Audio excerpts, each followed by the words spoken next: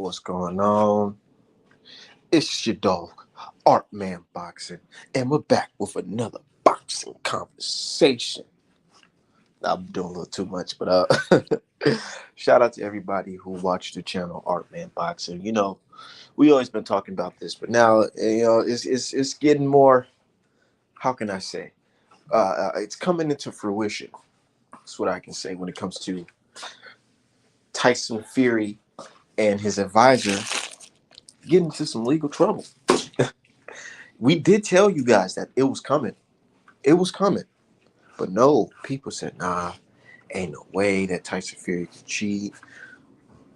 How can who would allow it? The commission was there. All this bullshit is coming to an end. It's coming all right. And that's the thing about karma. People think that if it doesn't happen right now, karma will never come. It don't matter if it's 15 years later, 10 years later, 3 months later. That karma's coming. I asked my people on Twitter, my out-of-town people, I said, do y'all know what a RICO charge is? My out-of-country people, do y'all know what a RICO charge is?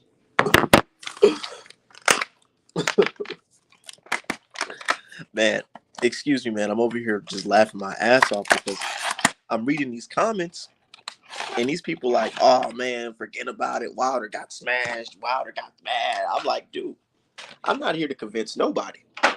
I'm not here to convince nobody.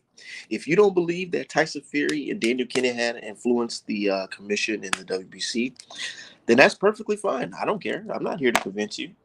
But just like how you motherfuckers was looking real silly and stupid when it was revealed that Tyson Fury will not be fighting AJ for Undisputed, remember that feeling y'all had? That feeling's going to be 10 times worse when you find out that your idol, Tyson Fury, your god, Tyson Fury, is a real life cheater. Real shit. But shout out to my bro, D Hive. Man, bro, I know you seen the news of what's going on. I just don't understand why everyone is choosing to be outraged now. This has been a known fact for literal years. You know what it is? It's only now that US law enforcement is deciding to do something about it, which I don't know why the fuck we're invested, but I'm cool with it. You want to know why they're so shocked and surprised? I think they're bullshitting. Because white folks was telling them. You know they don't like listening to us. They'd rather have white folks tell them that, hey, that something is going up. Because we on this side, we've been I'm speaking for those in America. We've been telling the people here in America, hey man, Tyson Fury and this guy, Daniel Kinahan, they're not to be trusted, man. I wouldn't be surprised if they're involved with this, and that. And they told us, nah, I don't believe it. You Negroes are talking crazy. Yeah, and my thing is, first of all, who the fuck is Tyson Fury to even defend? He's not like a pillar of the community. He's a fucking drug addict that almost lost his marriage. And if it weren't for Deontay Wilder in the first place, he'd be out of boxing right now, divorced, paying all kinds of alimony and child support and shit.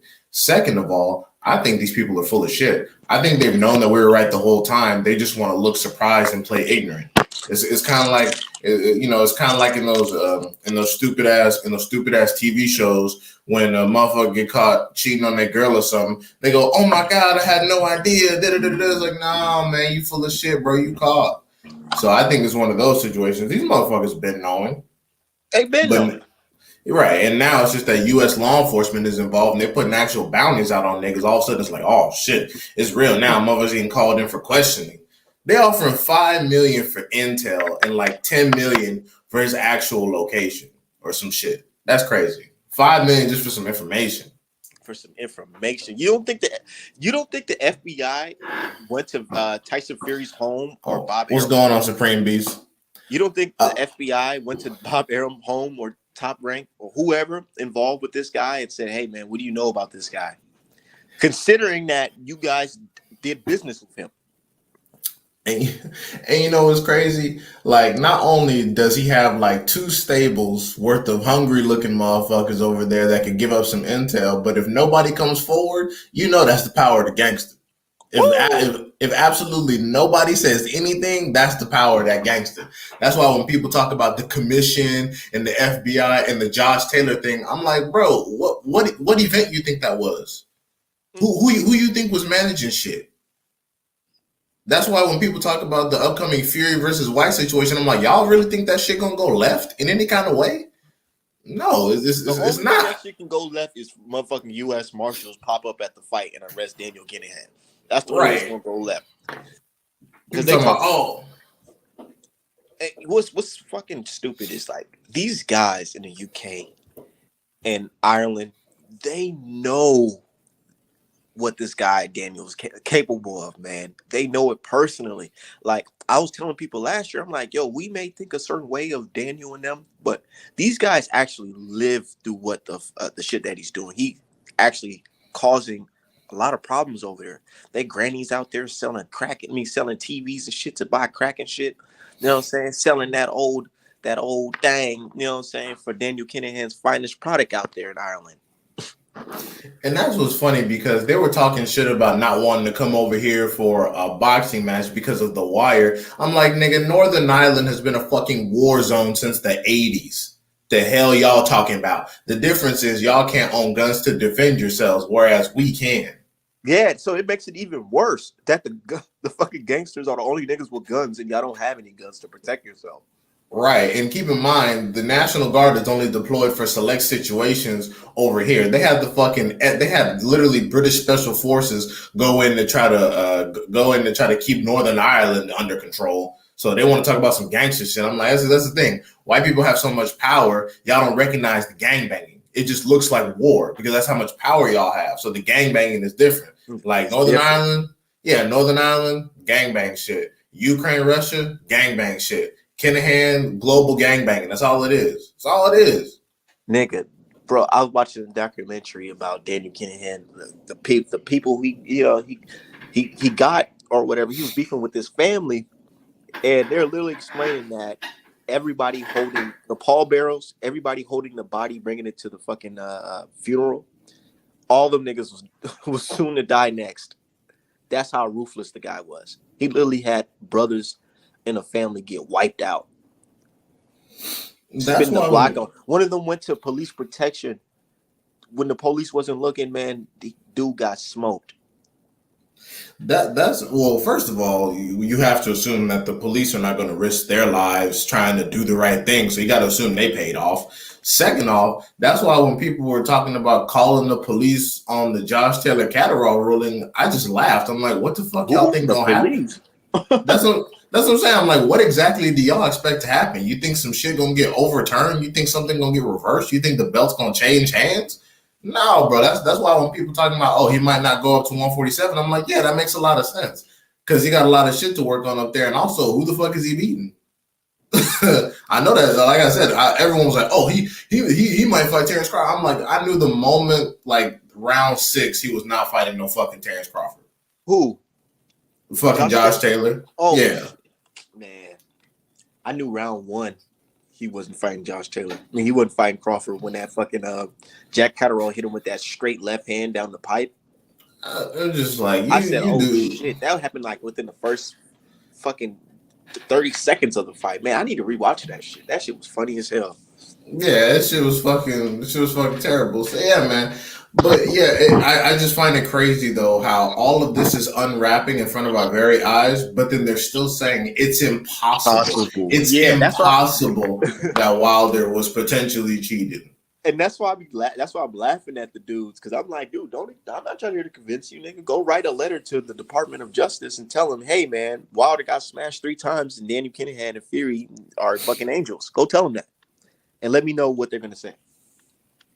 My thing is, I just don't like, even if you put aside some of the more specific stuff, the steroid thing. He was banned for steroids. Why is it impossible to assume that he might still be on them?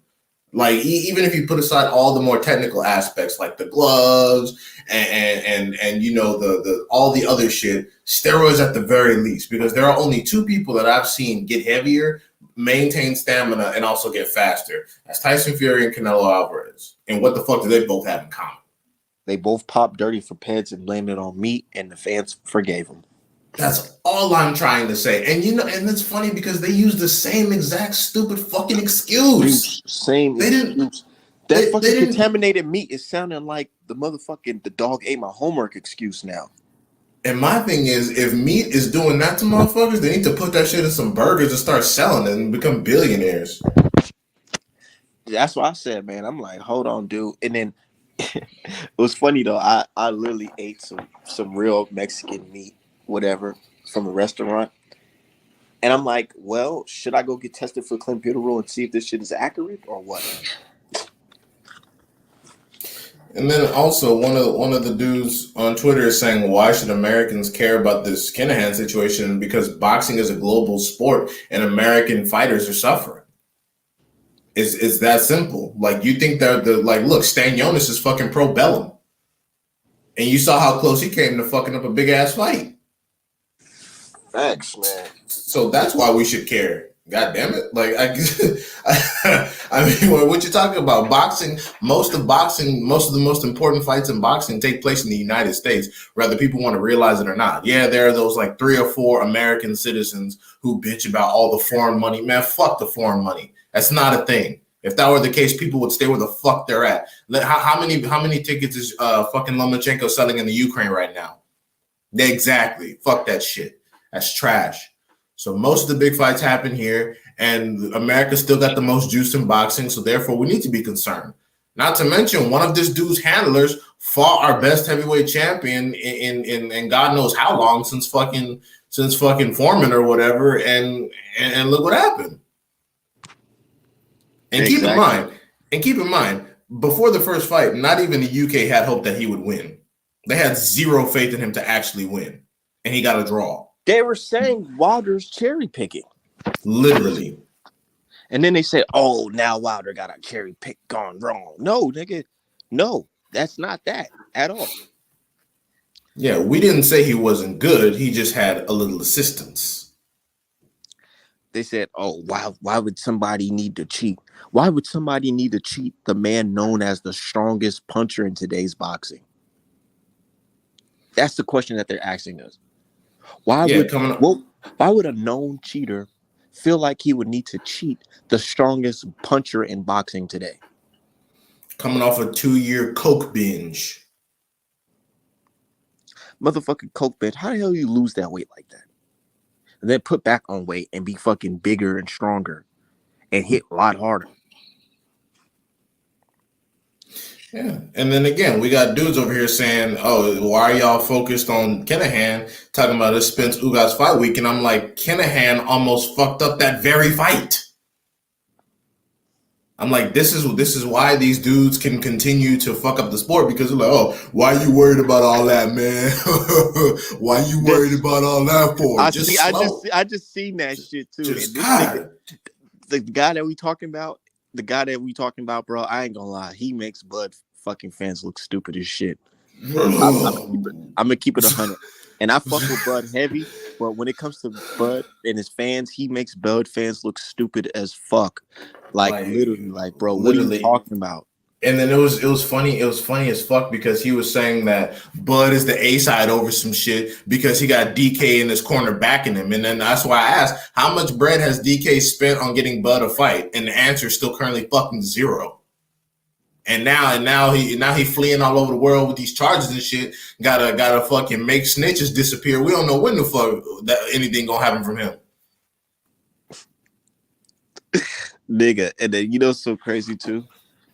Like, I still remember when Hello. that mother.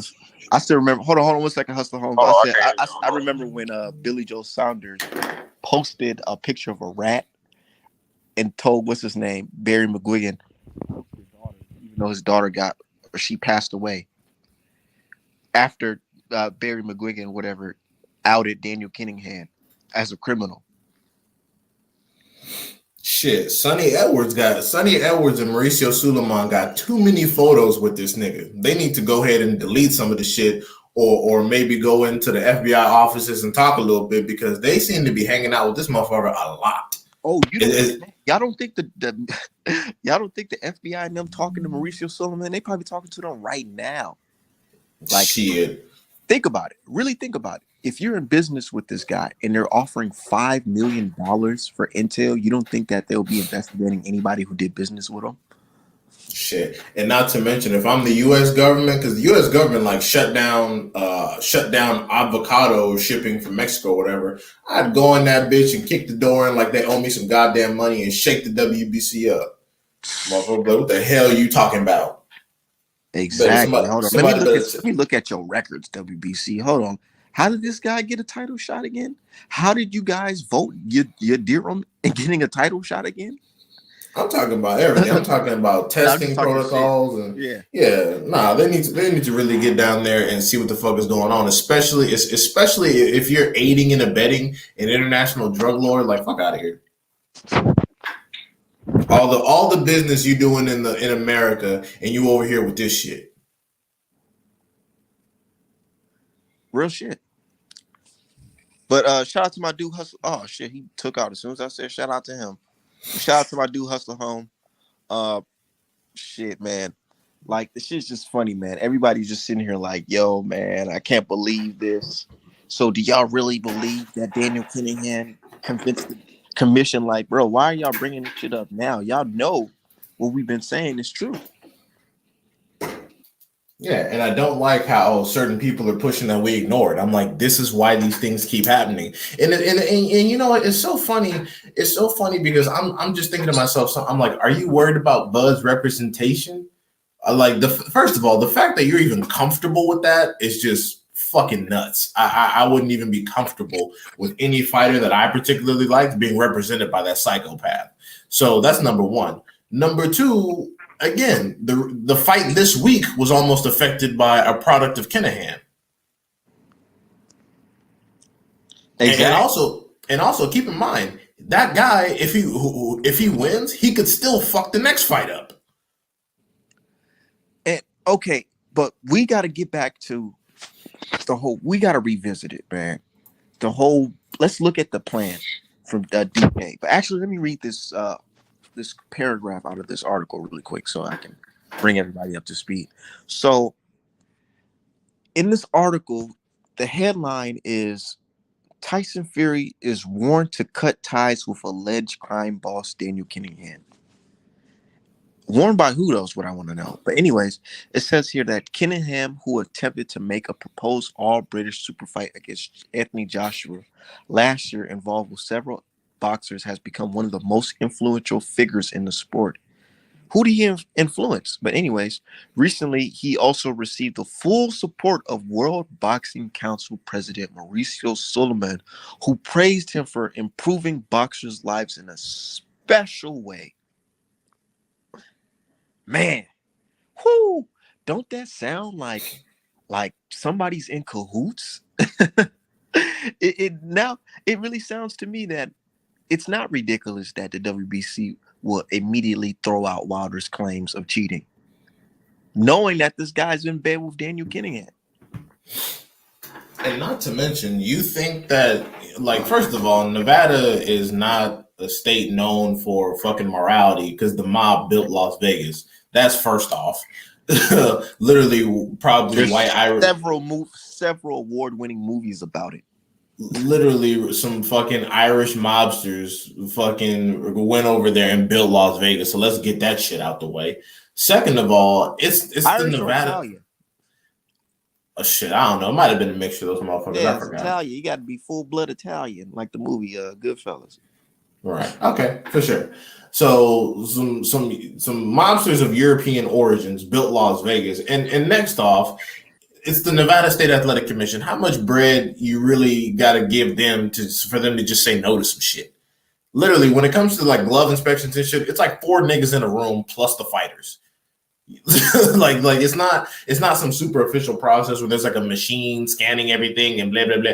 It's literally just 4 people talking, 2 of the motherfuckers got badges, 2 of them security, and then it's the fighters and their teams. How much money you think you got to give one of their fat asses just be like, nah, we ain't changing shit? Nigga, you give me 10 grand not to be in the room or look the other way while somebody getting their hands wrapped, nigga. You think I'm gonna say no? That's what I'm saying. And then also we never got the complete, like, all this could have been put to bed if they just would have showed the footage of him getting his hands wrapped and getting him gloved up. But what happened? Camera got on. Nigga, all this would have been put to rest if they just would have showed us what the fuck Tyson Fury glove looked at after the fucking fight. Where is the glove? Y'all just threw it away? Yeah, like produce them. Where they at? They should be in a trophy case somewhere, considering what they earned you. I'm telling you, man. Like I named this title of this fucking stream. At the end of the day, when this shit is all said and done, motherfuckers gonna look real stupid saying that Wilder didn't cheat. I mean, Wilder didn't get cheated or whatever. Because when this shit's revealed, it's gonna everything that you know about Tyson Fury is just gonna come to truth. It's gonna be validated by white people. Yeah, and it's fucking nuts, and it's fucking nuts how they only want to try to go after the fighters that are actively represented by Kinahan now and not Tyson Fury. They want to get Tyson Fury off the hook because he's already got his signature dub, and also Pro Bellum in and of itself, like that whole organization is some straight bullshit. They already know they're coming after MTK. It's kind of like when Blackwater rebranded themselves after the Iraq and Hurricane Katrina situations. They just made another company and then it became that. You talking about that private military? Yeah, the private military contracting firm that was known for massacring people in Baghdad and then coming to Hurricane Katrina and shooting civilians by the request of the state. Why were they doing that? Oh, it was in the aftermath of Katrina, there was a lot of looting and crime, and people struggled to defend their homes. And law enforcement that was still there was kind of spread out due to damage from the storm, and they didn't have enough resources, so they called in Blackwater for support to police the streets. Police the streets, all right, man. These niggas so full of shit. Yeah, but that's another topic. But go on. But yeah, I was just saying it's the same kind of rebrand, MTK to Pro Bellum. It's so Daniel Kinahan can maintain his influence in boxing without being specifically tied to any one organization. And keep in mind, that doesn't mean MTK goes away. MTK still has fighters, and they're still putting on fights. Pro Bellum is just how he has greater access to countries like the United States. So let's get that straight. Castañones is Pro Bellum. Mm-hmm. Hey, not everybody denying it. Or everybody's aware of the situation now. I'm asking my UK people. I said, "Do y'all know what a RICO charge is? Do y'all know what that is?" They probably have no idea, but you know how people no are. Idea. No idea. They're all gonna become legal experts by the end of the day and talk about how motherfuckers are actually innocent. Because you remember when we first talked about this, people were like, "There's no proof." There's no proof. I'm like, bro, how does someone call you a raging narco murderer for 20 years and you still talking about some damn proof? Don't nobody say the same shit about you for 20 fucking years and not an ounce of it be true, man. Fuck that.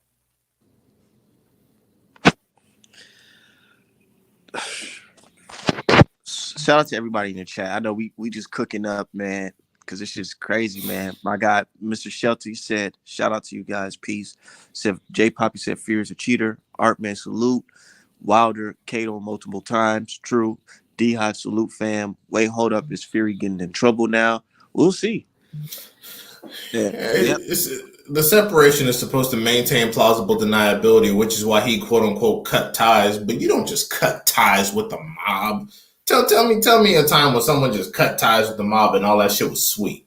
No, stop it.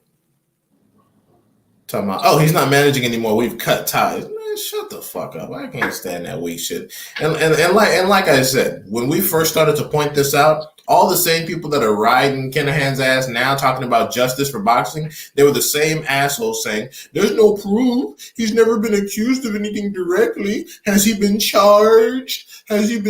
Meanwhile, y'all want to go up, swear up and down the one time Floyd Mayweather slapped a bitch at his house.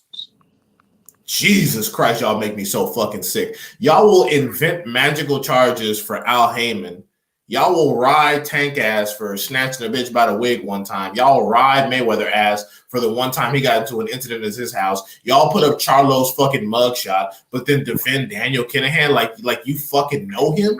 Man, get the fuck out of my face with that weak shit.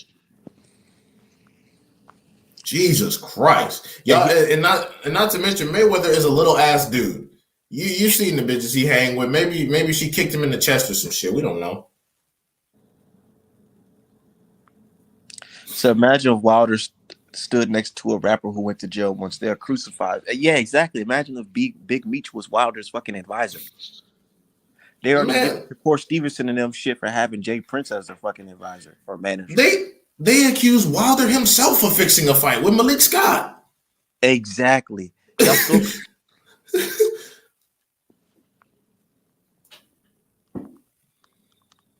Hold on, I'm about to post that right now. Yeah, they accused Wilder himself of fixing fights.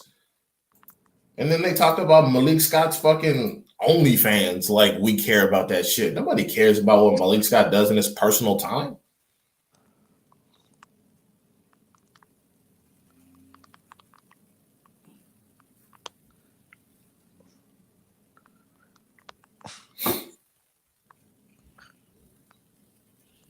Hold on, I gotta pull out my British teeth motherfucking meme now. You done got me started. Hold on. No, for real. They want to talk about criminality. They want to talk about crime, boxing, and all that bullshit. But like I said, they accuse Wilder himself of fixing fights. How you gonna give Wilder a worse rap sheet in boxing than these motherfuckers? People that have been banned and people that are wanted by multiple governments.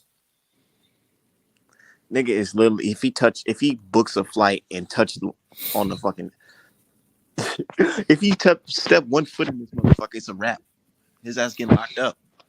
Right, because the United States government is the ultimate mob. We don't give a fuck about none of them, man. We'll blow all that shit up. Because you notice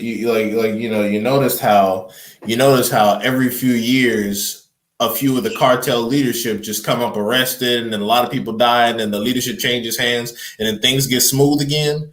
That's not just an accident. That's not cartel politics. That's the U.S. regulating.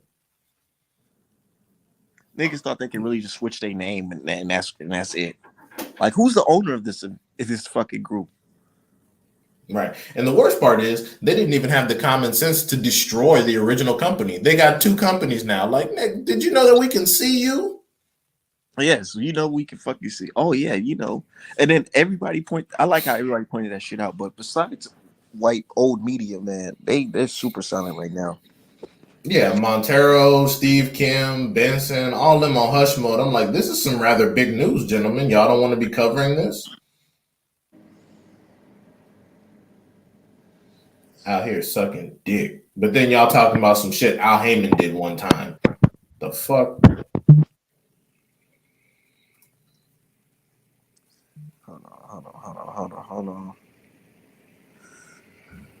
Hold on. Keep on cooking. I gotta go grab something real quick. Says, salute y'all. We tried to tell you fuckers. Yeah, shout out to the real Drew Titan. Man, they be talking about you online. Drew's this, Drew's that. I'm like, dude, shut the fuck up. The LDVC's not even on Twitter, man. Shut the fuck up, man. That's because they're smart.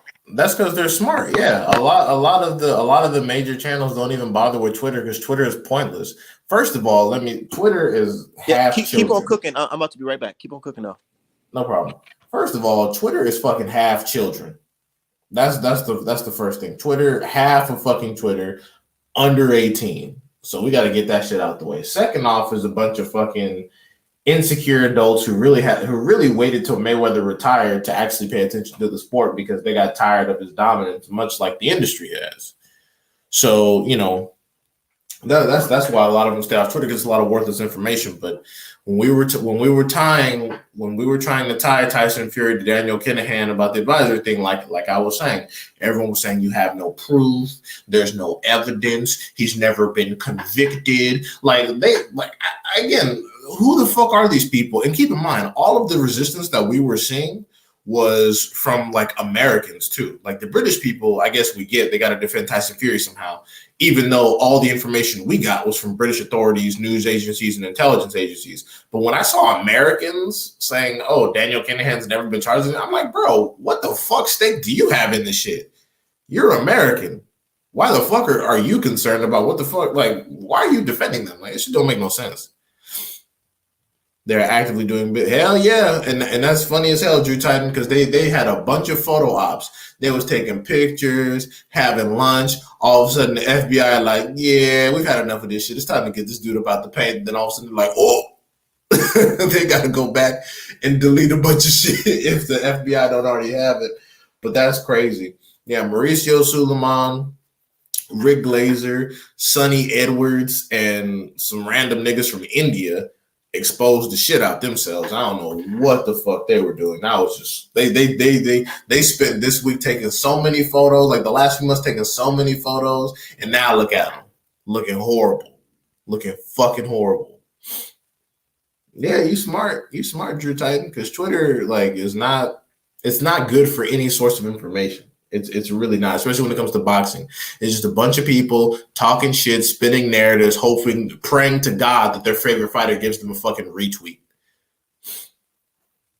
Oh, well, you already know where American media is. Most of American media on hush mode because Daniel Kinahan's a white dude. So, you know, he can go ahead, have motherfuckers straight up gangland execution Merc style and get absolutely nothing. What's his name? Cop is silent, Montero silent, Kim is silent, Benson silent.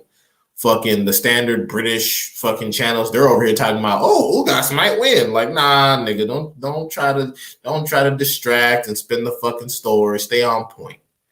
And for all my Americans who still cannot wrap their fucking heads around while we're talking about this shit, the fight we have this week was almost stopped on some Kinahan type shit.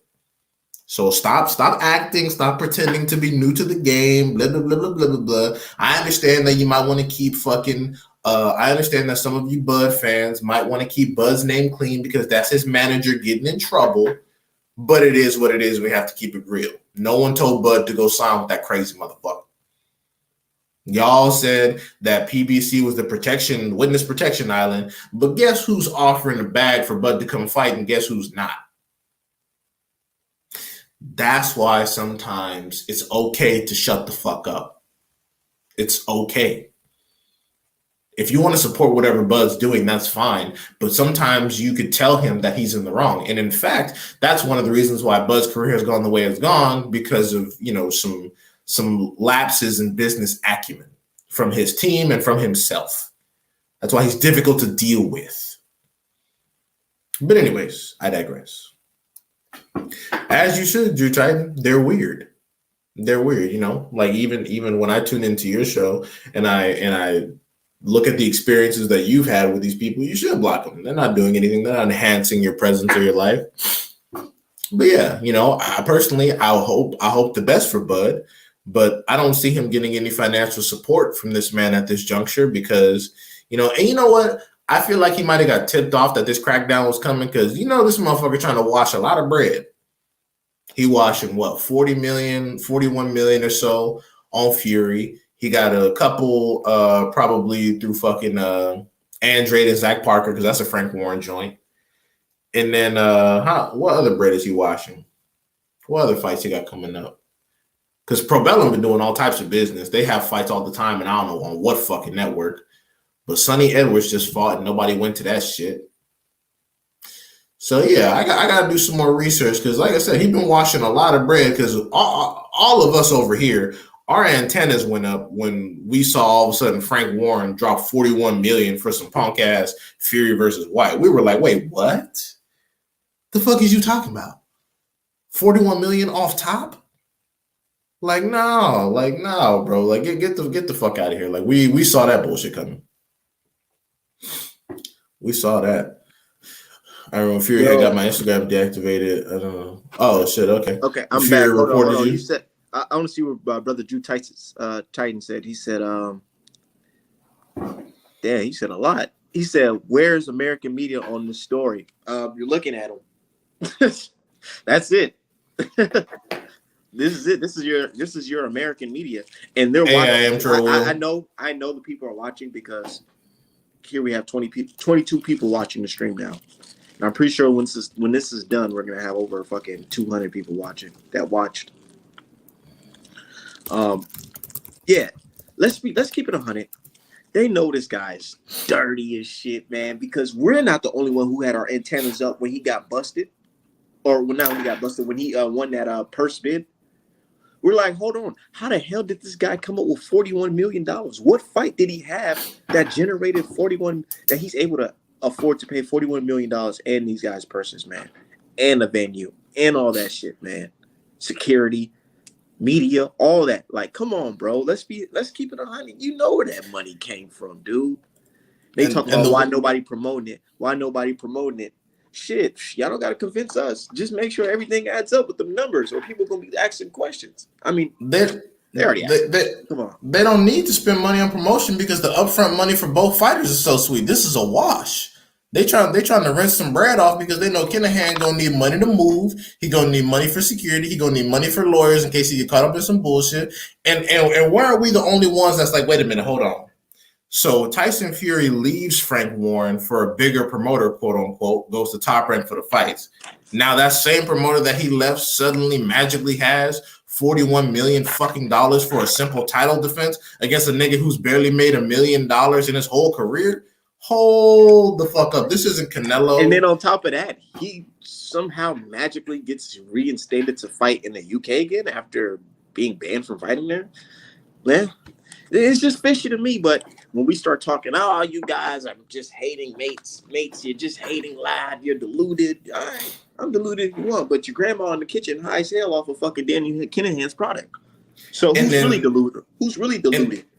And then not only is there no promotion leading up to the fight, but as soon as we start closing in on the end of the month, all this shit happens. And I'm like, oh, okay. So I feel like maybe he got tipped off and he needed some bread for something. Like, shit, I might have to move, man. They on my ass. And also what you got to understand is because of the amount of reward, you got to pay motherfuckers more than the reward to keep from snitching on your ass.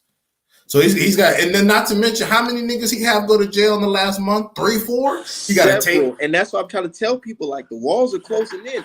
Those who said Wilder is just a liar, he's just all this and that. Y'all about to be eating fucking shit later. Y'all really about to eat it. Just like y'all said, AJ versus Fury was happening, and we're just wrong, and the media was telling you that we're wrong. Y'all seen what happened, so don't be surprised when y'all see this shit, man. Let's keep it 100. Yeah. And then you got people eating 21-year charges and shit. You got to take care of their families. You got to have money on the commissary. You got to make sure their bills is paid. You got how many people? He got like 3 or 4 people eating like decade-long charges. You got to take care of all those people if you really on some gang shit. What's up, y'all? Can y'all hear me? Yeah, we hear you. What's up? Oh yeah, man. Y'all, I appreciate y'all cooking on this because when I heard about it, the first thing I did was go on Twitter. Go in the search bar, hashtag men's boxing, hashtag boxing, just to see who covering this. And there's only one motherfucker named, what's his name? Dale Swanson, some motherfucker I ain't never even heard of covering this. So yeah, I got tweeted out, hey, well, where's the coverage at? Nobody ain't liking or nothing, man. I get upset when motherfuckers got 20 hours of video evidence of Tyson Fury cheating. And then at the time, a motherfucker find out that Tyson Fury dealing with a mob boss, and instead of people saying, hey, what the fuck? Wilder got exposed. How the fuck Wilder get exposed by the same man that y'all saying is the best heavyweight in the world? How is that even possible? It's just like, what's the dude that fought Canelo last? The white dude? Which one? Plant. Caleb Plant. This nigga said which one? Like Caleb Plant. Did Caleb Plant get exposed by Canelo? Nobody says that, but I guarantee if Canelo ever fights Charlo, and if Canelo beats Charlo gonna get exposed by Canelo. Right. Watch the narrative. How you get exposed by the greatest fighter on earth? That's what I'm saying. That's what I'm saying. Yeah, right. How did you not lose to a nigga who's been boxing since he was 15 years old? professional boxing since he was Professionally, 15. not just learn professionally.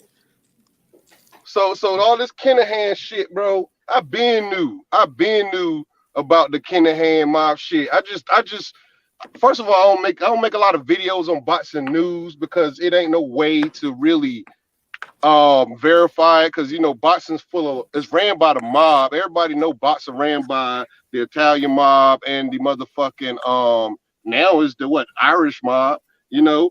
And it's funny how this nigga Kinahan, don't nobody believe that Kinahan is this big mob boss, but this nigga gotta goddamn take refuge in Dubai.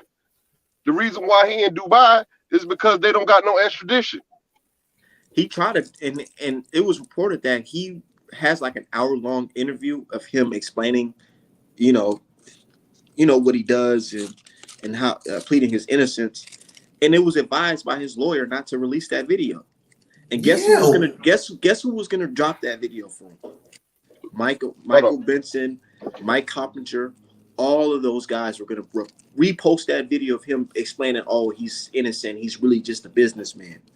And that just goes to show you this guy has them under their thumb, man.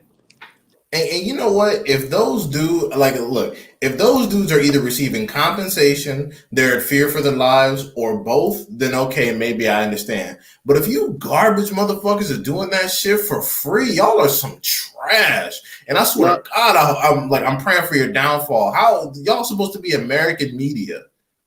Literally damn near the fourth branch of fucking government that's supposed to be accountable to the people. You're supposed to hold some form of public trust.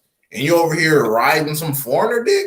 Like, come on, dog. It wasn't nobody lying for Pablo Escobar. They take the money. They stick together. You know what I'm saying? I'm glad you said that. You know, the CIA was taking money from Escobar. They ain't start fucking with Escobar until he started running for office. Right. And like I said, if they're getting paid, if they're being financially compensated, then hey, I get it. Not too much shit I can talk. But if I discover that these motherfuckers doing this shit for free, oh, hell no. Like if they're just trying to push this narrative because it makes the people look better, because it makes the WBC look better. And you know what's funny? All the organizations and people that are either responsible for something controversial or for fucking some shit up are now being tied directly to Kinahan. Ain't that weird? Pro Bellum, MTK, Top Rank, the WBC as a whole, all this shit, and now the WBA with Stanionis and that weak shit. All this shit is tying up back to one dude. Hey, breaking news. Bob Arum says we won't have anything to do with Pro Bellum, and we're looking to cut ties with whatever ties we have with MTK. Oh shit! So is Lou DiBella's contract canceled? That's what I'm trying to figure out. Nah, so that mean the Devin Haney and Kambosos fight ain't gonna happen. Yeah, right, bro. Oh hell no, they bet not. Right. Yeah, right, nigga. I don't believe that shit. Hey, Bob Arum's a Jew. They talk about Bob Arum. We don't want to do anything with Pro Bellum and MTK. Nigga, it's too late, cap. Bro. There's the second time he said that shit, though. That's the second time that nigga said that shit. That's cap. Said that shit around the same time Tyson Fury said that shit. But y'all gotta remember, that's the whole reason why Tyson Fury signed with Top Rank, to cut ties with that motherfucker. That's the whole reason. I'm gonna tell you what. I'm gonna tell you what I believe. I believe he signed with Top Rank because Queensboro Promotions don't got no boxing license in America. You know what I'm saying? So in order to get the Wilder fight, yeah, and they don't got the bread, and they didn't have the bread to support the Wilder fight.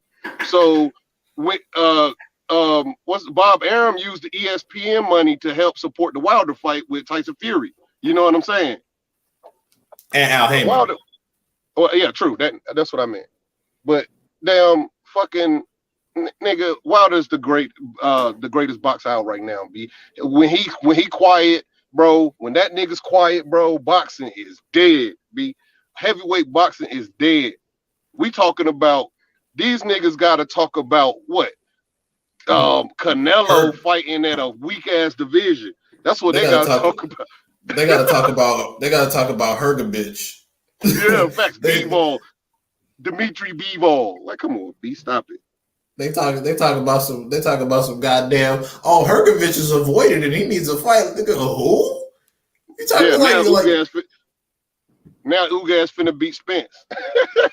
Oh my god, they were saying that bullshit right after Pacquiao. He whoops on old man Pacquiao. All of a sudden, like, oh look, he gonna have to knock Spence out. Like, wait, what? Nah. This motherfucker. They call everybody and their mama pillow fisted. Meanwhile, Ugas got less knockouts than Devin Haney. Goddamn right. And then look, goddamn on Pacquiao. God save Pacquiao from Spence. Keep it hot. Right, Spence would have murked Pacquiao horrible. Yeah, he would have killed him. His mama would have been sitting on the side pointing the deuce at him with his rosaries. Right, Pacquiao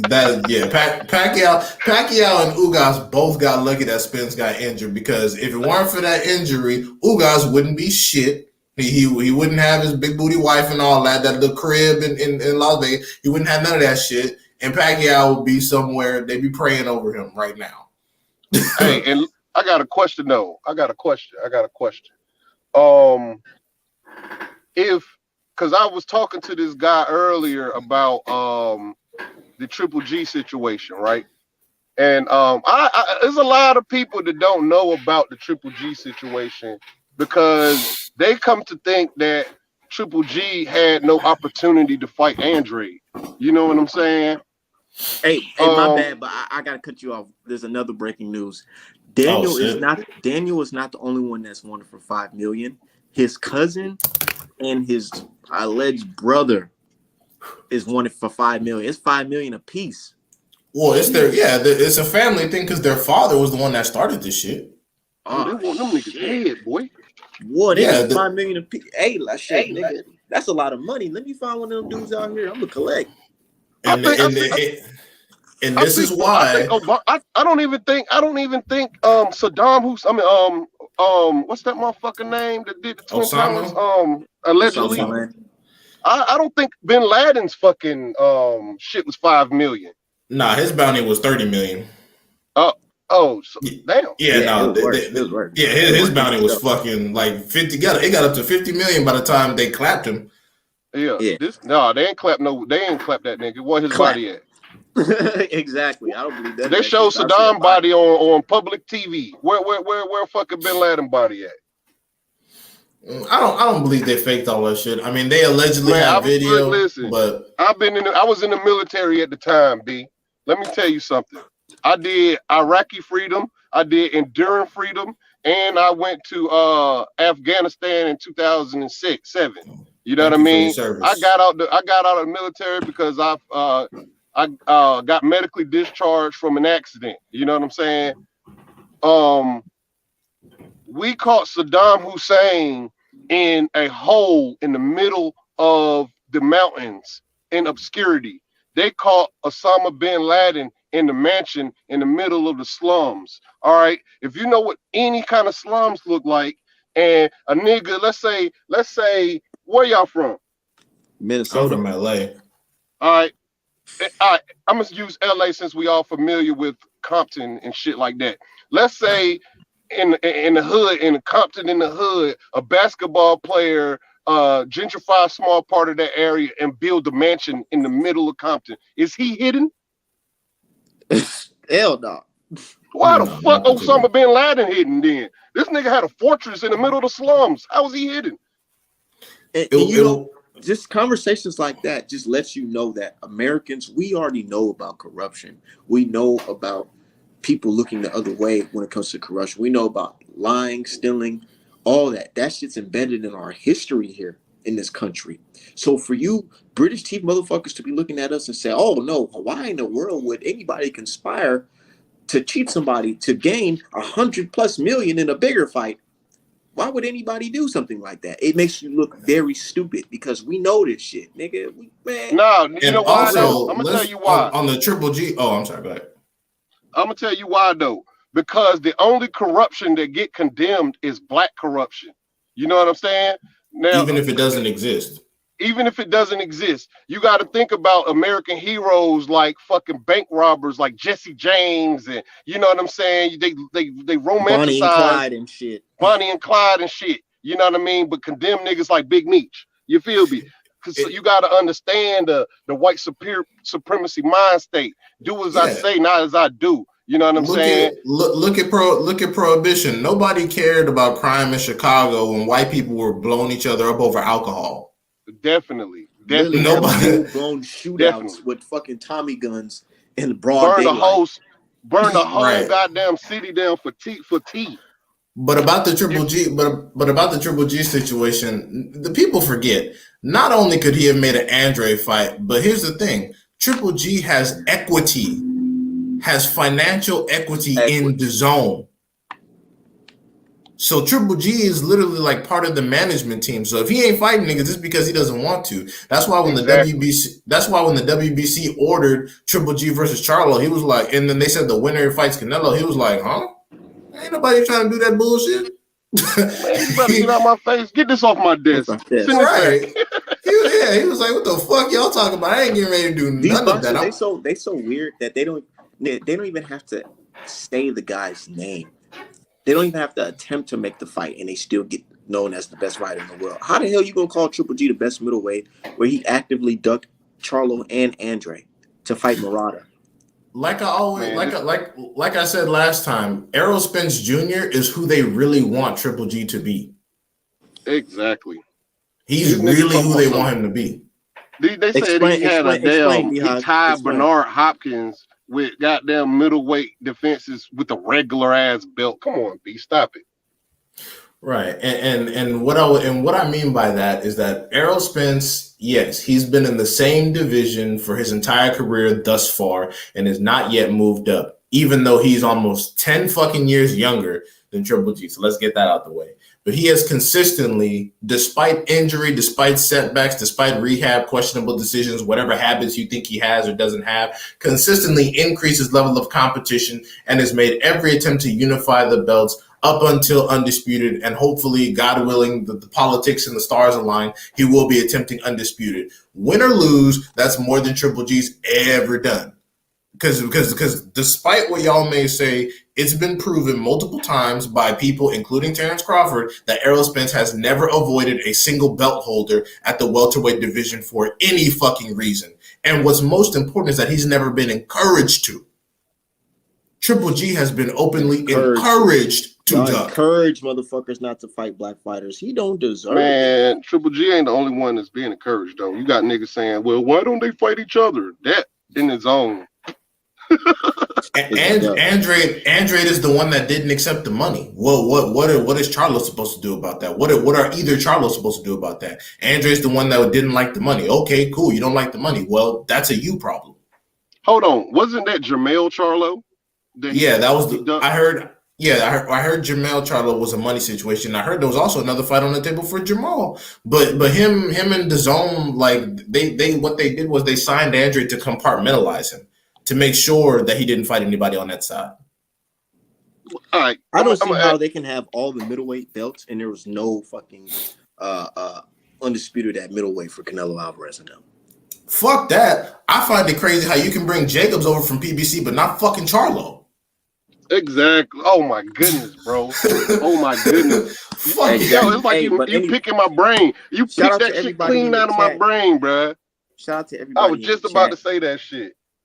I got my Artman apparel shirt on, custom made. Oh, nigga, look. Oh shit. Hell yeah. I'm buying mine today. I'm buying. Hey, I got the Bud hoodie. I got the motherfucking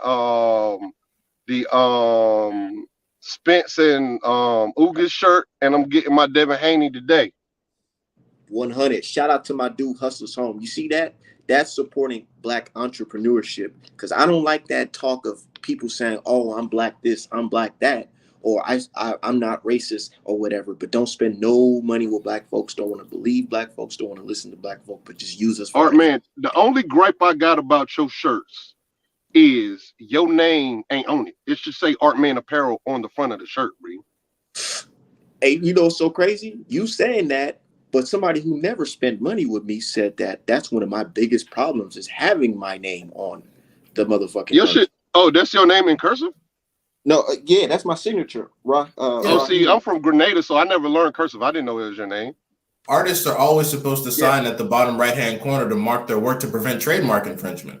everybody. When niggas ask me, a lot of niggas shirt, be asking me where I be getting that shirt from. I'm gonna keep it hot. Exactly. If you go to the shirt, like let's say you bought a shirt from me last year, on my signature, I always make sure to put the year on the signature.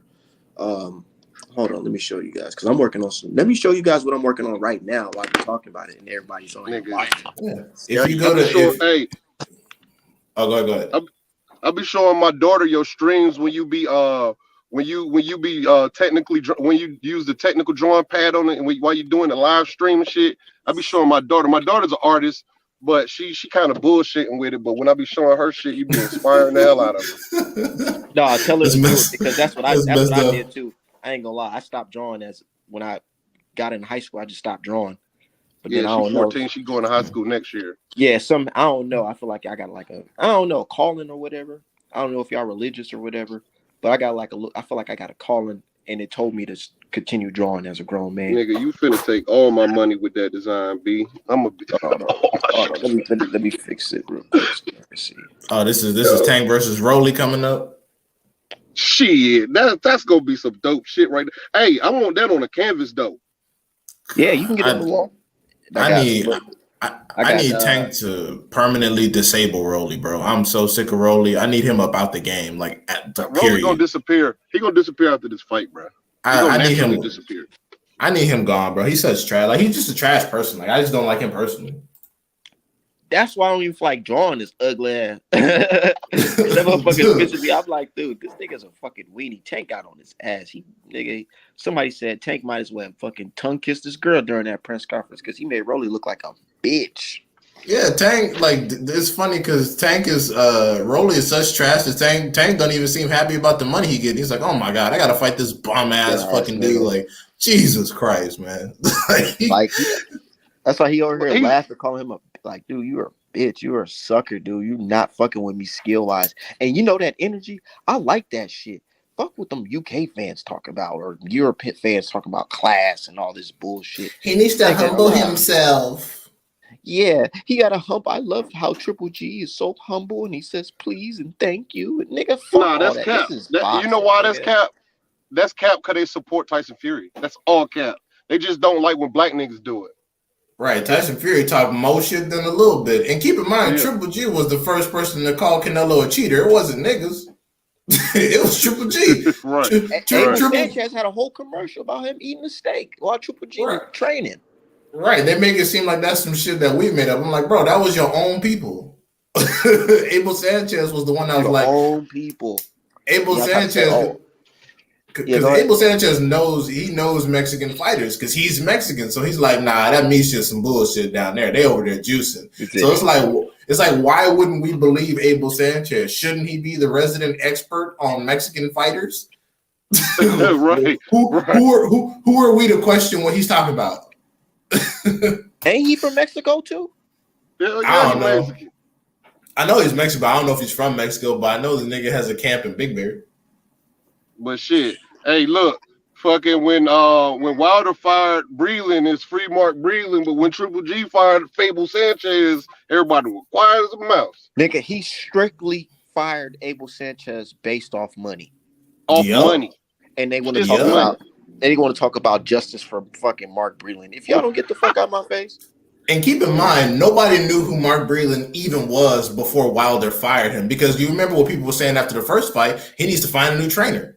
Thank you. The nigga finds a new trainer. All of a sudden, it's like, oh, look what he did to Mark Breland. Like, and then it's funny because we're all like, okay, well, if that's how you feel, hire the motherfucker. Everyone's like, I don't know about all that. Hey, the nigga's still unemployed to this day.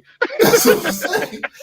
That's why. That's why people. I'm like, well, if you guys talk about y'all can train power, you can train power in the gym. Everybody should be trying to hire Mark Breland.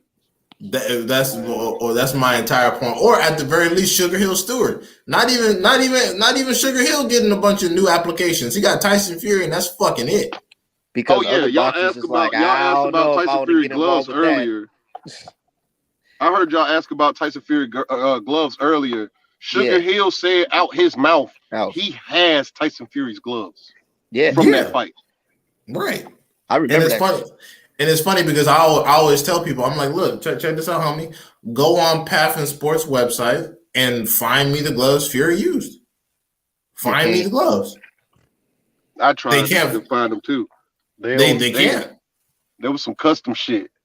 There's something specifically unique about those specific gloves. And you know what? This fucking this white fight gonna be telling too, because I'm gonna be watching it, to be honest. I want to see what's going on. And I'm gonna tell you this: if he looks any kind of trash, I'm calling bullshit on the whole trilogy. Like if you get in there, he gotta go in there and wash White. Like I'm talking White is trash. White is fucking horrible. He's accomplished nothing. Trash. That's what I'm saying. So he got to go in there and wash him. Like, bro, there shouldn't be no close rounds, none of that shit. You should be having crazy knockout power from round one, nigga. And you better be wearing them fucking gloves. But you know what they gonna too. say? You know what they gonna say? If he looks bad, well, that Wilder fight took a lot out of him. No. That's not what they're gonna say. They're gonna say White's good. That's why Wilder ducked him so much. Bruh, yo, man, look, Art, man, you see that nigga? That nigga on your shit talking about some motherfucking Wilder ducked White. I don't even pay that type of shit no mind. Anyway, my nigga. Didn't Wilder tell Dillian White that if he took care of his fucking mandatory in Brazil, he'd fight him? And Brazil was like, hell yeah, I'll fight White for the mandatory spot. And White said no. Yeah, I remember. Okay. I remember. Also, I also remember the Luis Ortiz situation too. Definitely. Right. Exactly. And the thing is, White kept talking about his 100,000 days or whatever the fuck. Bro, do you not realize that when you got your fucking wig split by a 40-year-old, that shit reset? Like, honestly, the only reason you were still on track to get any fucking thing is because Eddie Hearn put a rematch clause in your stupid ass because he didn't have any faith in you to make sure and get through with one shot because Povetkin wasn't sick yet. Them niggas them boxers know so little about boxing, bro. This stupid nigga took the WBC silver belt over the damn interim belt, even though the silver belt has its own mandatories. That's how stupid these niggas are. Exactly. And I also said that that motherfucking goddamn, now I lost my train of thought. Keep on going. You said Povetkin. Yeah. Hold on. I said Povetkin is the only fucking fighter that I actually believe who actually had COVID. Yeah, you can see it in the ring. Terrible. He's the only fighter I believe who had that shit for real. And also, I think there were some pictures of him. They were talking about he was on life support, and I was like, man, White. And this is what White's supposed to be fighting next. My God, this nigga. You had to like imagine if Luke Campbell didn't have COVID. Ryan Garcia might have got knocked out. Oh my God. Man. Oh man, because people forget like Luke Campbell had COVID too. I believe Luke Campbell had COVID. Yeah, that's why he looked like shit. Oh yeah, he sure did have that before the fight. Yeah, the fight got rescheduled. I'm like, damn, imagine if Luke Campbell didn't get COVID. But I thought that was BS too. I ain't gonna lie. No, because Luke Campbell looked like garbage. I'm not saying he was some special talent, but he looked shittier than he usually did. Yeah, that's true because I did see him in that Lomachenko fight. He was better than that. Yeah, he was doing pretty fights too. Yeah, he was doing pretty decent. I mean, I didn't pick him to beat Lomachenko or anything, but he was doing pretty decent, all things considered. With Ryan, he looked slow. Like the sweat started pouring on real early. He just looked sloppy, uncoordinated, and he still got that shot off. That's what I'm saying. Imagine if he was like 100%. Damn, Ryan might have lost. Ryan looked terrible in that last fight, dude. And they're fighting Togo sandwiches, looking like straight trash. That's what I'm saying. Like he looked fucking trash, and then he looked like a big ass welterweight, an uncoordinated fucking welterweight. Yeah, they're definitely gonna have to get his weight under control because I'm like at between 135 and 140. Who exactly are you beating? Put him in there with what's his name, Gary Russell, who just fought Postal. Oh my fucking God! Okay, so basically, you want Ryan to be on suicide watch. Ryan said he ain't calling out people no more. He shouldn't have done. He shouldn't have done that in the first fucking place. Like people, like especially after Luke Campbell, like bro, Luke Campbell is absolutely nothing, and he fucking unplugged your controller for a little bit. You think you think Tank is gonna play with you like that, dude? He's gonna get in there and bomb your ass out, Bro. Imagine Tank training to fight Ryan Garcia. He's training for the KO. I mean, Even though he knows how to do it, he's going for the KO, probably round 1 type shit. I mean, Ryan doesn't move his feet. He has no feet. He has no head movement. Tank will get in there and blast his ass in 4 rounds. He'll land something to the body, double him over, uppercut his ass, out. Done.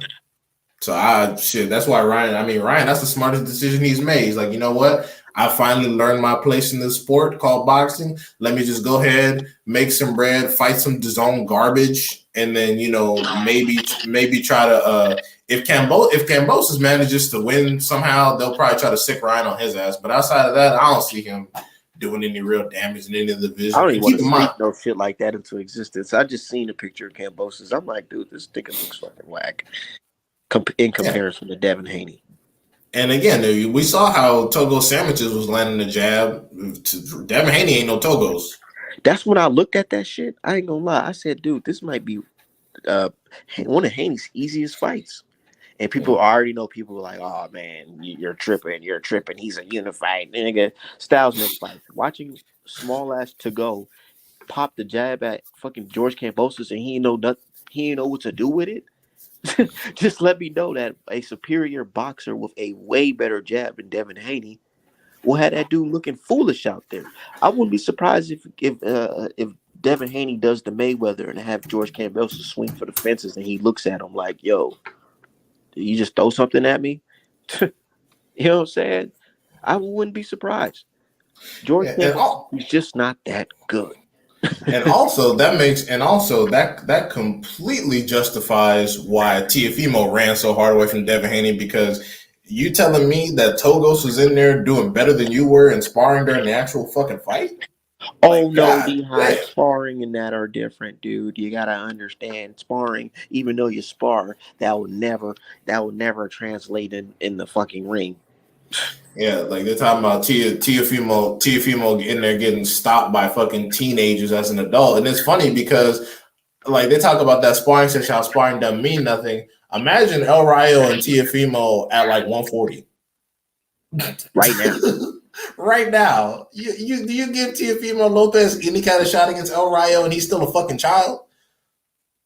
No, El Rayo get in there and fucking ragdoll his ass. I've seen it, bro.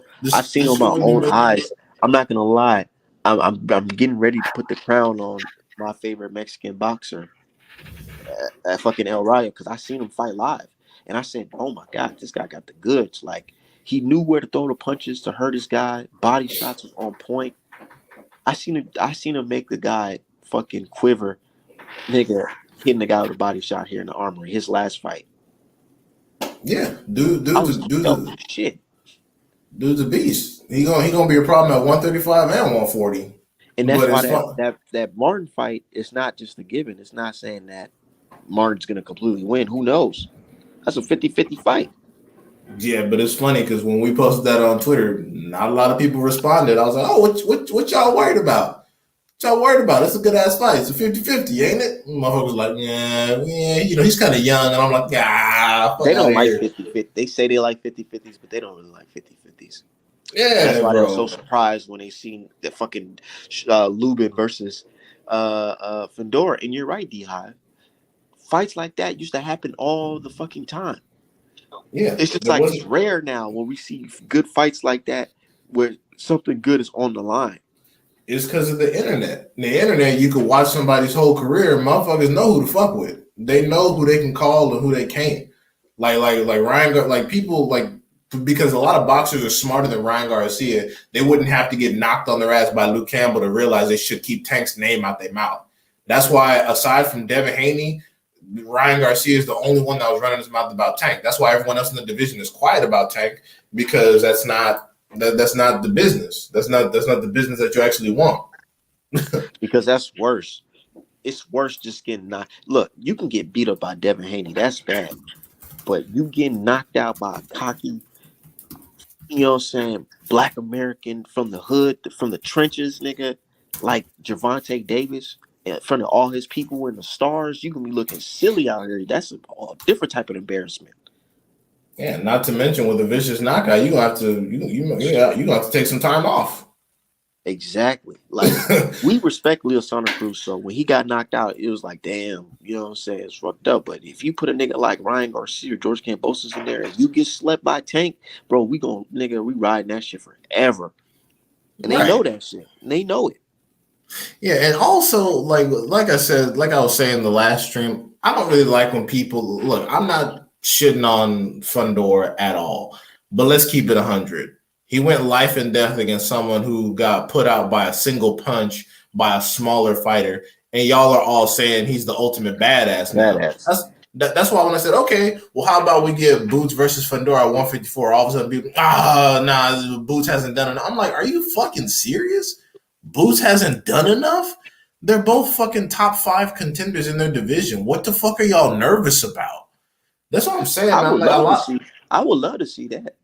Yeah, and a lot of y'all fans be making me pray for these fighters' downfall just so y'all can be quiet. Because, bro, like, first it was, we're not sure about Fundora. He gets one win over a guy that's never touched a championship belt in his life. All of a sudden, he's, like, super certified. Now, I certify Fundora as a top-quality 154-pounder who's a threat for anybody. However, I'm not all of a sudden going to say he's going around going to stop fucking Jermell Charlo and shit. That's nuts. That's a lot. You know what's going to happen? Charlo's going to beat Castano, and Charlo's probably going to vacate afterwards, and they're going to say that he's ducking Fundora. Yeah, I know. And that's why, honestly, I hope that Charlo fights him before he leaves and does like Big Maul did with Julian Williams. And I'm like, okay, you know what? Y'all, the Julian Williams talking shit, like, oh, okay, cool. So let me show you what it really is. You think I'm ducking this motherfucker? He'll be my last fight here. And honestly, if Fundora, like, got a belt at 154, depending on how Boots looked until he got there, I'm not even sure Fundora would entertain that shit. If I was Boots, I'd reach for that shit right now if I knew I could do it. That's what I'm saying. Because that's automatically put yourself in position for a title shot. That's the number one contender for Undisputed. So exactly. if I was Boots, because think about it, 147 is going to be on lockdown for God knows how long, and the Undisputed fight coming up right now. If I was Boots, shit, I'd be like, fuck it, man. Next fight, 154, me versus Fundora. But Fundora wouldn't take it. He too close to an actual title shot. He would. His management would be like, hell no, hell no, hell no, hell no. No, because think about it. If fucking Lubin, the management not going to listen to the fans. No, no. What the fuck they know? Management gonna listen to the money. They're gonna be like, nigga, what the fuck? No, like what Julius said. Lubin didn't have to fight Fundora. He didn't. He didn't. He was already the number one contender. That's just some shit he chose to do. I'm gonna keep it 100. That wasn't even on my radar. Like before the fight was even announced. No, I knew what's his name? I knew Lubin because Lubin was already the number one. I knew he didn't have to fight him. That's why before the Lubin Fundora fight was announced, people were talking about Fundora versus Harrison, which I said, hell no. Tony Harrison better not take that shit. People talking about, now people talking about, fucking Harrison versus Fundora is still a good fight. I'm like, that's not a good fucking fight. Harrison's been knocked out, 3 times now? Like, stop. Like, just fucking stop. Like, no. Like, even before the Lubin fight, I wasn't picking Fundora over Harrison. And even after Harrison's performance, I'm still not picking him over fucking Fundora. It's just, no. Like, there's not enough Harrison can do there. Man, Harrison looked good, though. I ain't gonna lie. He looked excellent. And I think Harrison should, smoke some of these young niggas like Joey Spencer. You need to level up some. Go ahead. Joey Spencer ain't gonna fight no damn Tony Harrison. Shit, I would. For the money involved, shit. Said Tony Harrison hurt too? Hell no. No. For what? No. Tony Harrison has defensive responsibility. Hurt is fucking retarded. I don't know what the fuck his name is. Tony another face. They fought already, right? Hurt and Harrison, yeah. Hurt knocked Harrison ass out. Yeah, that's what I'm saying. Like, why would they even do it again? For what? Yeah. What are they getting? Yeah. Not to mention the Herd. I've seen the Herd. The Tony Harrison I seen just fight beats the shit out of Herd. I mean, Herd got that power, of course, but like he's been out of the ring for so long. That version of Harrison was sharp. I don't even think this nigga Herd fighting anymore. Nah, he fucking buying houses and shit. Yeah, he chilling. I don't blame him. I don't blame that brother one bit. Yeah, you getting touched up by Luis Arias. And that's the thing. I think Luis Arias, again, I think that Luis Arias is just there at the press conference and makes some noise because he hasn't had a fight in a while. Because wasn't his last fight hurt? Yeah, so you tell me you went all the way to the weigh-ins just to start some shit with this nigga? Like, y'all have I don't even know if y'all even have history with each other.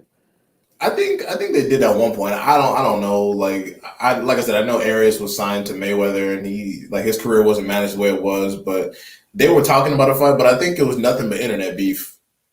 Like it was nothing but some internet shit, and all of a sudden Luis Arias is throwing ducks at people. It's like, wait, oh, who the fuck are you? Wait, he threw a duck? Yeah, that's why Tony Harrison got up. He threw like a rubber ducky at him. What the fuck? Yeah, it was just some silly shit. Oh yeah, I thought he called him a bitch or some shit. I didn't know he threw a duck. Nah, they threw a rubber duck at him. No, this nigga childish. That's what happened. Yeah, motherfuckers threw a rubber duck at him. Fucking crazy. So as soon as a solid Mexican or white fighter beats a solid black fighter, they hail him as the best and can beat anyone. Always making a name off of black fighters. Exactly. That's exactly how it goes. I brought this up to one of the guy before, who's Latino. I told him, I said, man, is it true that you guys rate your fighters if they can beat a Negro? And somebody was like, he was like, nah, that's not the truth. That's not it. And I'm like, dude, I feel like it is it because y'all wasn't cheering for Benavidez until he started smoking these black dudes. Then y'all like, oh, okay. And then calling the black dude out. Now y'all like, oh, yeah, he's the Negro Slayer. Making highlights of him just beating up black opponents. Damn, D-High typing fucking 75 words per minute. Sorry. Yeah, no. And it's weird because not only is it that, but the people that they go ahead and hype them up for beating, they were just talking shit about him. Like before it was Lubin versus Fundora, what were they saying about Lubin? Oh, he's fucking chinny. Oh, his chin sucks. Oh, he got knocked out with one shot. Oh, he hasn't accomplished Lubin by knockout because of that. They picking Fundora by knockout, but they wasn't picking Fundora like the way he won. Right, yeah. They did not. Nobody even had that prediction. Yeah, because people were like, oh, he didn't go life and death because he got the knockout. No, Lubin almost stopped his ass. If it was more time on that damn clock, and everybody talking about, and then I was listening to the Chicken Talk, and I'm listening to these guys, and they're like, yeah, man, Fedora, he has a great boxing IQ because he did a veteran move, he spit the mouthpiece out, took a knee to buy himself some more time. And I said, what you motherfuckers complaining about Wilder getting 7 seconds to recover? I hate you niggas. I really do. I swear to God, I do. I swear, bro. Bitch ass motherfuckers out saying, Wilder did get a lot of time from corporate Ortiz because the fucking ref in New York, there's their protocol to check you if you look like you got fucked up. They want to turn around and say, oh, no, he's a veteran, man. He's a veteran. These are the niggas that, even after all the horrible shit they've heard in boxing, these are the niggas that are still talking about Wilder and versus Malik Scott. As if Wilder doesn't knock everyone smooth the fuck out. Like, just...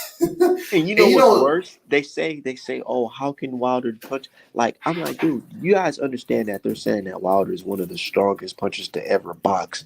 And you're telling me that it's impossible to knock somebody out fucking through their fucking guard? But my thing is, they said all that, which is fine, but how come you didn't have that same suspicion about two buddies just giving each other a paycheck with Canelo v. Yildirim?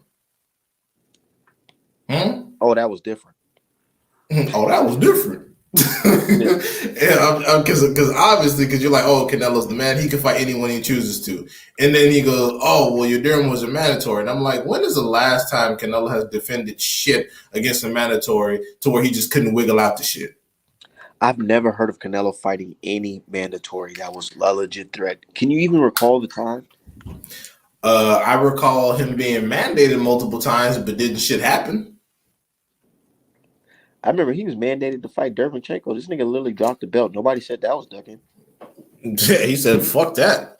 And then people were just like, "Yeah, who's Derevyanchenko anyways? Who is that guy?" Well, no, they use the standard bullshit excuse they try to use for Devin Haney. Oh, he's pricing himself out. What the fuck? Oh, yeah. Like, if you ask someone to explain what pricing themselves out mean, I guarantee they'll look fucking dumb. So he priced himself out of a mandatory position, and Canelo dropped the belt. Right, as if we don't have purse bids for that very reason. It was Golden Boy's fault, man. It was all Golden Boy. It was Golden Boy's fault, right? But then just stupid shit. Look, it was Golden Boy's fault, right? But then there was the same Golden Boy that offered Charlo a deal, and he didn't accept it to fight Canelo. Oh, okay. Got it. And then it sounds dumb because first you spend years saying that he doesn't deserve a payday. Now all of a sudden he's turned down the payday. Like, it just y'all gotta pick a lane and stick to some shit. Y'all just be talking and repeating after stupid motherfuckers. But one thing that I wanted to point out that's important is that people, like you were saying earlier, people give Fundora all this credit for being a super veteran and skill and IQ. Stop it. It's the same shit y'all say about Tyson Fury. Tyson Fury is simply the tallest and longest active fucking heavyweight. So to what looks like supreme boxing IQ to you is simply him using his physical attributes. That's it. And one thing I gotta bring up too, because people said, "Oh, Art Man, you sound so stupid. It's weight class, not height class." The reason why I made that tweet and says, yes, I don't think Fundora cheated, but I believe that he is too tall for that weight class. It's not because his weight. I'm saying because the average 154-pounder is not fucking 6'5". So yes, he is too tall for the weight class, in my opinion. And the thing is, outside of his abnormal height and reach for his weight division, what other area does he show separation? Like, seriously. And what other area? People are only talking about him being fucking huge. They're not saying that. Wait. Hold on, Dion. My bad for cutting you off. But check this out. These niggas said that this guy is the most dominant, most feared in the division and this and that based off beating Lubin. Did y'all forget that Charlo knocked him down in the first round and didn't get knocked down? Fedor damn near got stopped. Charlo put this having fucking Lubin's face look like the Elephant Man. Charlo put this motherfucker into damn near a seizure with a glancing shot. It glanced him between his jaw and his shoulder, had this motherfucker like looking like he needed a stretcher. Fundora went life and death with this small dude who was like Charlo size and almost got stopped in damn self and needed to spit his mouthpiece out to gain some extra time because he got clubbed so hard. And y'all saying that he just comes in there and stops Charlo? Y'all sound stupid. And what's funny is that y'all talking about this from a triangle theory perspective. Even if Fundora and Lubin hadn't fought, I would not be picking Fundora over fucking Charlo. Charlo gonna bomb his ass up out of there like he did. Like I said, when he the knockdowns he got on Rosario, those same punches will work on Fundora, and we've seen that. We just seen it. You see how he went blow for blow with Lubin, and Lubin, of course, his chin didn't held up, so he couldn't hold up, so he fell. Right? You think that's just gonna work with Charlo? Go blow for blow with him? Let Charlo get his shit off on you like that. That's same combination. And that's also another thing that I'm saying. When Charlo's in the pocket, Charlo's bombing. Charlo's actively bombing. Charlo not going to shell up in the pocket. Like, even if you watch with Castano, when Charlo was in the pocket, he was active. That's the only reason why Castano was able to get his shots off. That's what happened, dude. When Castano was throwing, look, that's literally how Charlo hurt Castano, because Castano started punching on him, and Charlo was he was shelling up, and then Charlo just started throwing some shit while shelling up, staying active. Yeah. And what happened? Yeah. He clipped his ass because he didn't see that shit coming, because he was throwing a punch too. Right, and then Castano felt a little bit of that power, and much like Danny Garcia did with Spence, he had to bag up something. He was like, "Oh shit, wait, oh." Yeah, he had to start backing all the way up. Yeah, he he got on his bicycle and had to recover because he was like, God damn, wait, hold on a minute. And keep in mind, he wobbled Charlo one time. Charlo had him wobble 3 times in that fight. 3, and these motherfucking racist ass motherfuckers. Yeah, how is Charlo the king when Castano beat him? Like, bro, get the fuck out of here. And I'm like, Castano has had draws in all of his big fights. That says more about Castano as a fighter than it does about his opposition. That means he doesn't know how to finish the fucking job. It's that simple. He got a draw against Lara, and people are saying he's 50 fucking years old, and he got a draw against Charlo. Castano he chokes on big fights. This is what it is. And it wasn't even like something that Castano did that had Charlo fucking discouraged or whatever. It was just Charlo fucking forgetting to do certain things or not listening to his coach. It's not Charlo, like Castano's a better fighter than Charlo. We know he's not. He's not. Charlo smothered his work. He got the nigga hurt. He got too excited trying to get a knockout. He missed a lot of his shots. Basically, he turned into Sean Porter. Which when you trying to get a real knockout, you can't turn into Sean Porter. He went football mode, started charging the nigga and throwing all kinds of throwing all types of shit. I was like, dude, what are you doing? What is this? And it's funny because when Charlo planted his feet, that's when he hurt Castano. But when he started firing off shots while he was on his toes, he started missing everything. I'm just like, damn it. Yeah. But yeah, no, he's gonna smoke Castano this time. This gonna be over with. Charlo needs to follow Spence. You know what I'm saying? Really, you know what I'm saying? Ask Derek James to teach him what he's teaching Spence, because like, why the hell are you all over the goddamn place when you got him hurt like that? Spence don't do no shit like that. Spence, if he see you hurt, he'll still stick that jab in your face to make sure that you're still there, and then fucking rip 2 body shots or a fucking looping left hook. Right. That's why when at the end of the, like I mentioned a couple streams ago, people didn't hear me, but I said that when Charlo was in there pressing Harrison, he was trying to get him up out of there because the fight was close. Derek James literally said, do the EJ on his ass. Do the EJ on his ass, like in the corner. And I was like, oh shit, okay. So yeah, that's that means. That means put the pressure on him, but be smart about it. You know? But yeah, man. Like I said, I appreciate Fundora. I appreciate what he did. Great skill set, all that good shit. But the thing is, I don't appreciate y'all telling me I can't be excited about Boots. Because in the grand scheme of things, if this is Fundora's best opponent, this is a man who has never touched a championship belt in any division and is famous. And Boots beat a former champion. Right. Yeah. Yeah, you know how that shit go. And also, when I called for Boots versus Fundora 154, niggas was talking about that he not ready shit, and I'm like, you know what? I'm just like, okay. But you know, after this Lubin fight, now they're gonna be saying that Fundora is just this monster puncher now.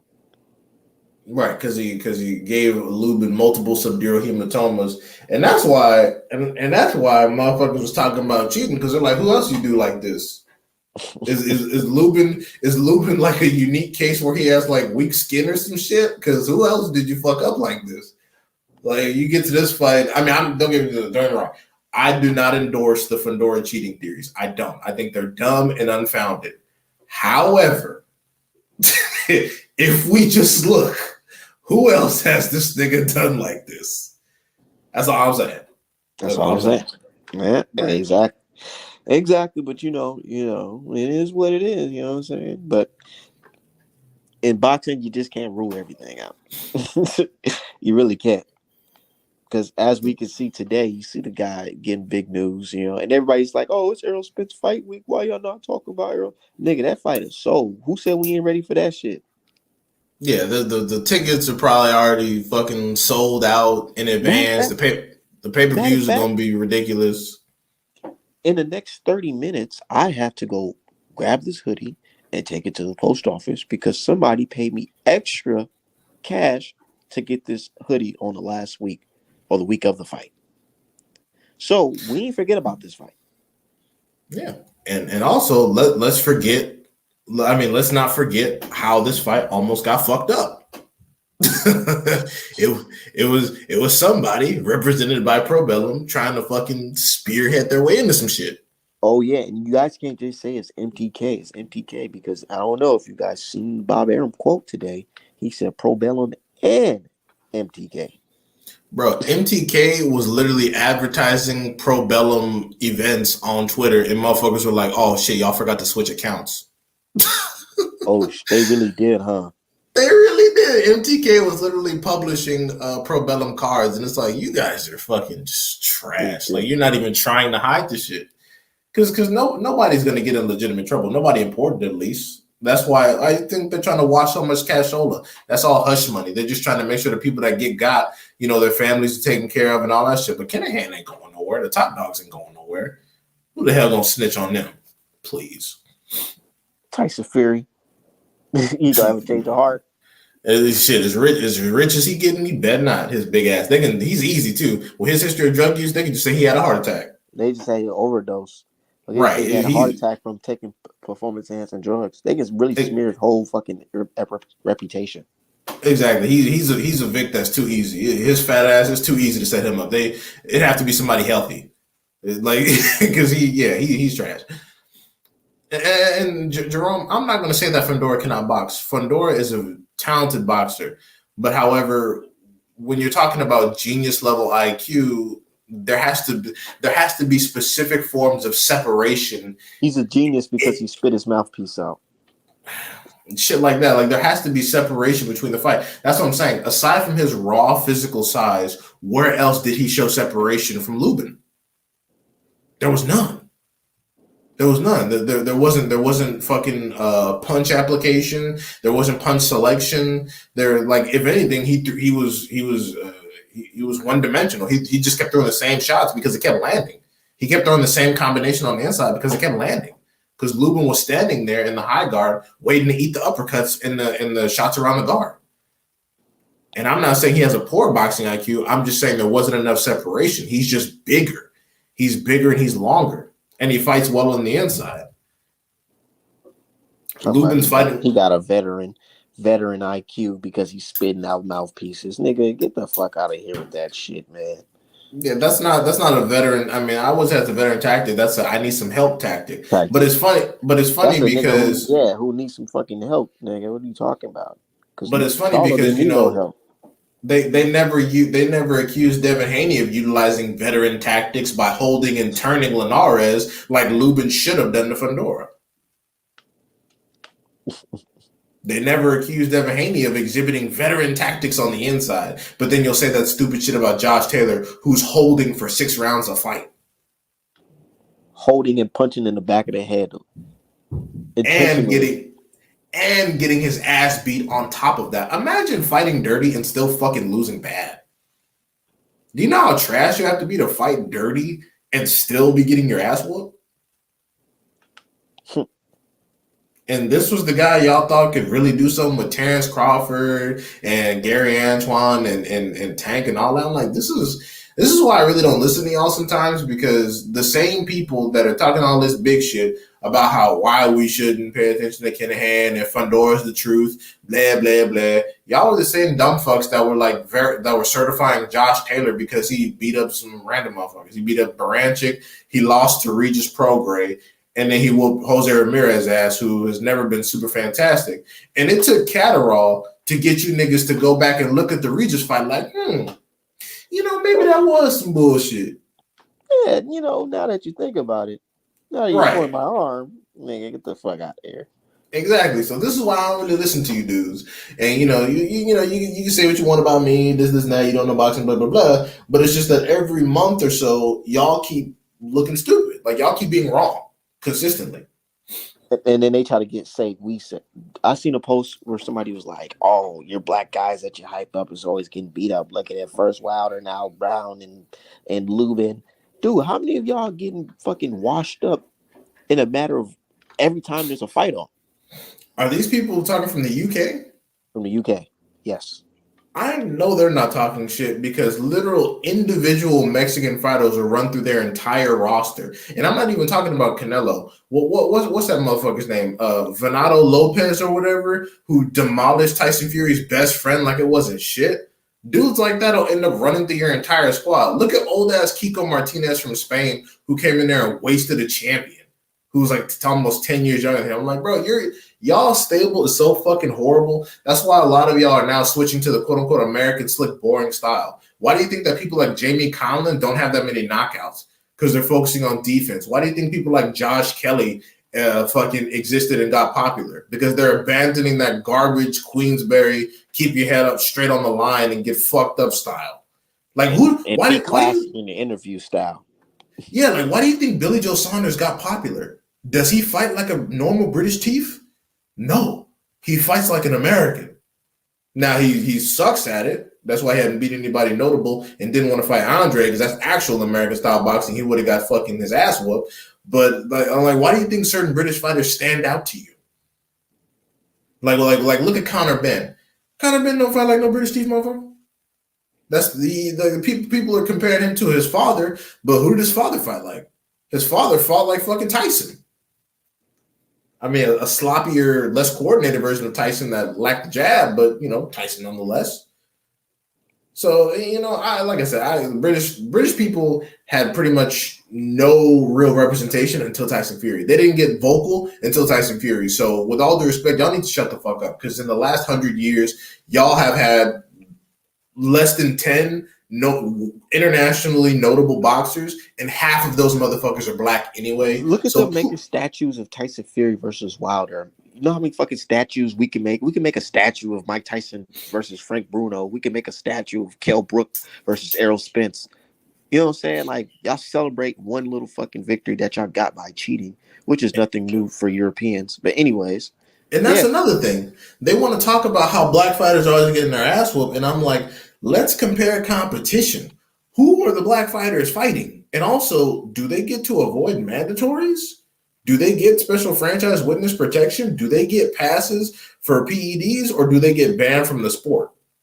I remember when Wilder came out and said, man, and this would make the motherfuckers hate Wilder too, the racist ass Canelo fans, because Wilder said when they asked him about that franchise shit, and he was like, hell no, what the fuck is that? Like, I want to give the fucking people coming up who earn their right to fight me the opportunity to fight me. What are you talking about? He's like, what? Yeah. Isn't that what boxing is about? Like, you're supposed to fight the guy that puts himself in position to fight me.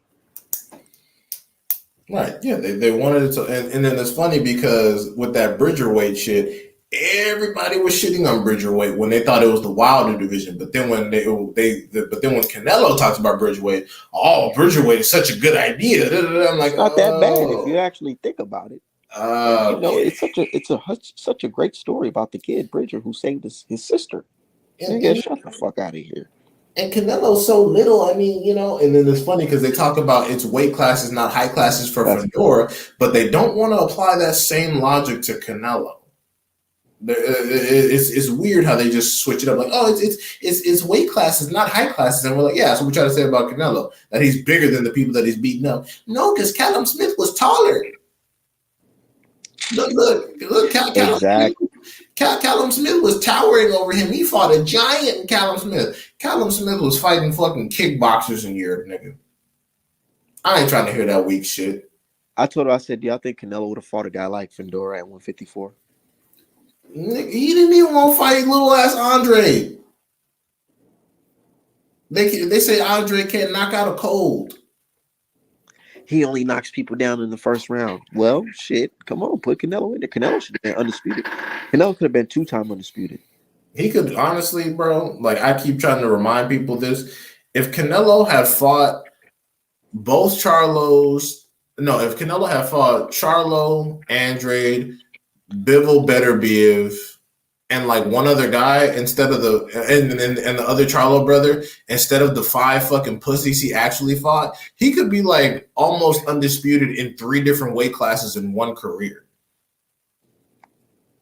As opposed to bullshitting with Smith, Yildirim, Plant, all that weak shit. If he had fought both Charlos, Andre, Bivol, and Beterbiev, he would be almost undisputed from fucking 154 to 175, bro. But no, instead he chose to fight those 5 motherfuckers for whatever reason. Fuck All them dudes, man. Real shit. Man, but look, you see this good ass art, man. I'm about to close out the show. Because we're gonna talk about some more shit later on. For sure. It's Errol Spence fight week. It is. It is indeed. I'm seeing a lot of more people suddenly have this renewed confidence in Ugas as if he's gotten younger and more powerful. So that's interesting. You know, Nigga, that's how that's it's. what I was trying to tell people. Where did this Ugas being this Cuban fucking southpaw killer, where did that shit come from? They need Ugas to win because they know Crawford washes his ass. But what I find hilarious is like, do you think that money is not going to be a talking point? Like they think that Ugas is guaranteed to fight Crawford. No, he's not. No, he's not guaranteed to fight Crawford. But they think that Ugas is easier work for fucking than for Crawford than Spence, and they're right. Ugas would be easier work because Ugas can't punch. They think when it comes to Errol, they think he can. Yeah, they assume Errol can't punch, even though he's got over 20 knockouts and Ugas has 12. Ain't that a bitch? Just, oh my god. Hey, Michael, every time Michael Benz posts, people are just dropping the fucking Danny Kinningham thing, and they're like, dude, why are you not talking about that shit? Right, on that sweet ass payroll. I don't know.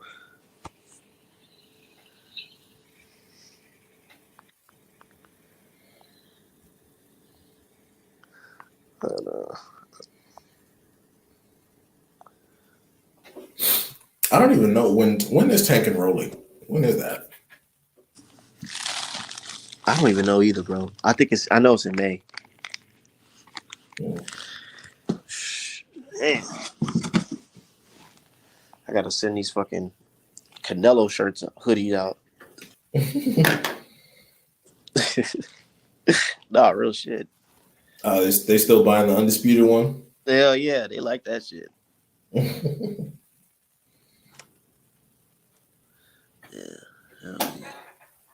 It does look good. I know, right? No. If I was a Canelo fan, despite all the shit, I'd probably still buy one too. I know that's what my dude. He's like, man, I don't give a fuck. I know Art says some crazy shit sometimes, but can't deny it. It's just hard. It's just going to Remy right here. Oh, the Devin Haney t-shirts. Yeah, and I motherfucker pre-ordered this shit right here. Look good on this gray. Yeah, man. That shit looks dope. I know. I got to keep it going. Said Jay, everything. Hey, you can get this on my website, artmanapparel.com. You know what I'm saying? I don't discriminate because at first people are like, hey, Artman only draws black people.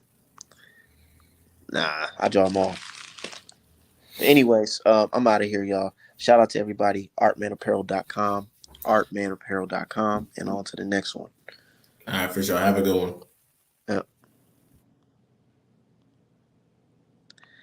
Hey, Crowd, DM me too. DM me. We can talk quotes. DM me.